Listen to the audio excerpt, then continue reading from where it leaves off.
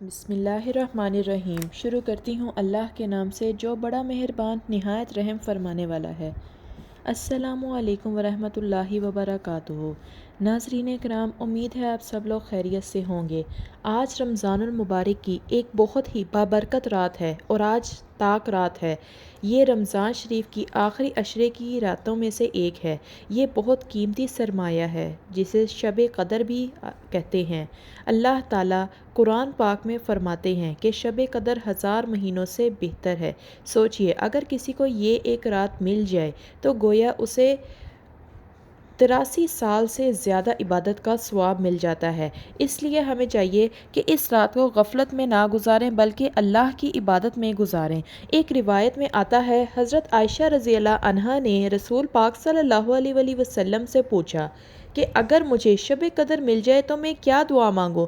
तो आप सल्लल्लाहु अलैहि वसल्लम ने फरमाया, ये दुआ पढ़ा करो, अल्लाहुम्मा इन्नका अफ़ुव्वुन तुहिब्बुल अफ़्वा फ़अफ़ु अन्नी। तर्जमा, ए अल्लाह, बेशक तो माफ़ करने वाला है, माफ़ी को पसंद करता है, बस मुझे भी माफ़ फरमा दे। प्यारे दोस्तों, ये रात गुनाहों की माफ़ी की रात है, दुआ की कबूलियत की रात है और अल्लाह के करीब होने की रात है। अगर हम सच्चे दिल से तौबा करें तो अल्लाह ताला हमारे पिछले गुनाह भी माफ़ फरमा देता है।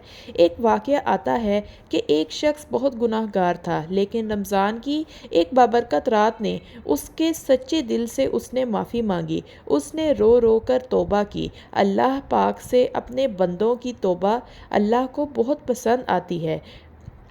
अल्लाह पाक ने उसके तमाम गुनाह माफ़ कर दिए और उसकी ज़िंदगी बदल गई।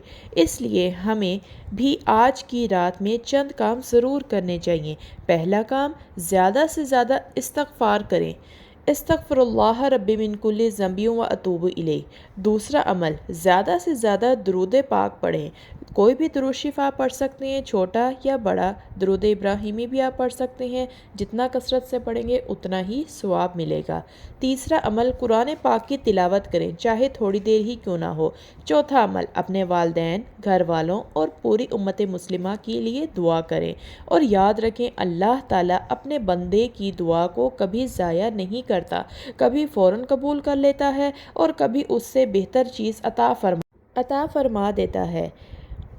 नाज़रीन कराम, क्या पता ये रमज़ान हमारी ज़िंदगी का आखिरी रमज़ान हो, इसलिए आज की रात को ज़ाया ना करें। अल्लाह के सामने हाथ उठाएं, अपने गुनाहों की माफ़ी मांगें और अपने दिल को अल्लाह के करीब करें।